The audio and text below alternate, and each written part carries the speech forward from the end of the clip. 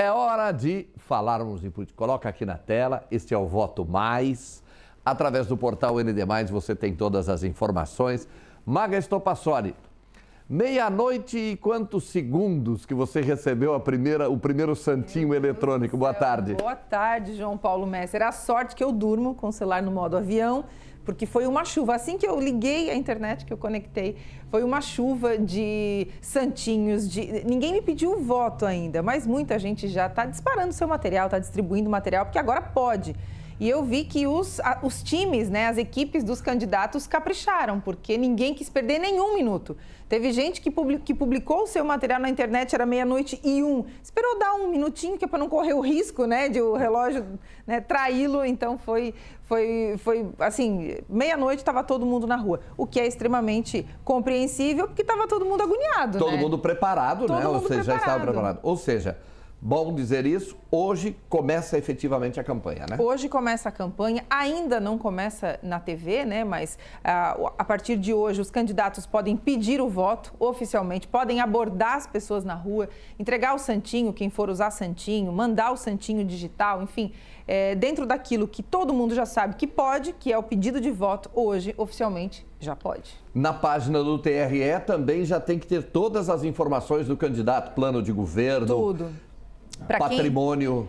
Para quem quiser pesquisar, né? Por exemplo, pega um município, não interessa o município, né? Porque lá dentro do site do TRE funciona, né? Você consegue pesquisar qualquer estado, qualquer cidade do nosso país e tudo o que o candidato, todas as informações que são obrigatórias para o candidato. Seja plano de governo, que tem que estar cadastrado, ele tem que falar nesse plano, obviamente, ações executáveis, né? Não pode ser um plano mirabolante que não possa ser colocado em prática. É muito importante que sejam viáveis. Quando a gente fala de viabilidade, dentro do assunto política e eleições, é aquilo que pode ser colocado em prática. Então, tudo que você quiser saber sobre um candidato, pesquisar sobre um candidato, se às vezes você assistiu a gente aqui, né, João, ou leu alguma coisa e pensou, acho que está faltando alguma informação, porque às vezes a gente não consegue falar de tudo ao mesmo tempo, no site do TRE você pesquisa por região do país, entra na região, entra no nosso estado, no município e pesquisa por candidato.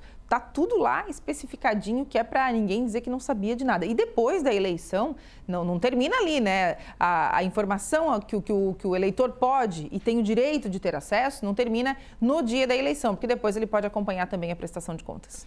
E aí ficou um cenário em Criciúma com 6 candidaturas mesmo, né? 6 candidaturas. E aí, qual é a interpretação que tu faz para esse jogo aí? Penso que não só Criciúma, mas municípios aqui dos arredores, nas adjacências de Criciúma, João, alguns fatores chamaram a atenção. Chama a atenção que Criciúma tenha tido 6 candidatos efetivados, os 6 estão registrados, estão aptos a concorrer à eleição. Era um cenário que, na minha percepção, tinha poucas chances de acontecer, porque principalmente MDB e PP foram até o limite do prazo para tentar se viabilizar, fosse como vice, ou enfim, uma articulação que fosse mais interessante para os dois partidos. Não conseguiram, levaram adiante aquilo que prometeram. Era importante que esses partidos fizessem isso, porque eles prometeram com veemência que seriam candidatos. Então, levar essa candidatura até o fim, ou até o começo, nesse caso, o começo da campanha, era muito importante para esses dois candidatos.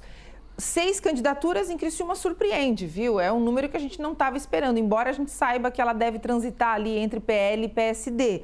Mas são 4 nomes que seguem na disputa e que a gente vai ver times desses candidatos migrando para um ou para outro. Isso é natural, acontece em eleições com a configuração de Criciúma. Aí, falando de outros municípios, alguns surpreenderam, outros não tanto. Uruçanga também tem 6 candidatos. Cocal do Sul ficou com 2 candidatos que a gente já tinha mapeado, o Ademir Magaim e o Fernando De Favre, que eram os 2 que já estavam colocados desde o ano passado, não surgiu nenhum nome novo, ficaram os 2. Nova Veneza, que surgiu, que teve esse elemento diferente, né, com a saída do Haroldinho, com a oficialização da candidatura da Ângela Ghislandi.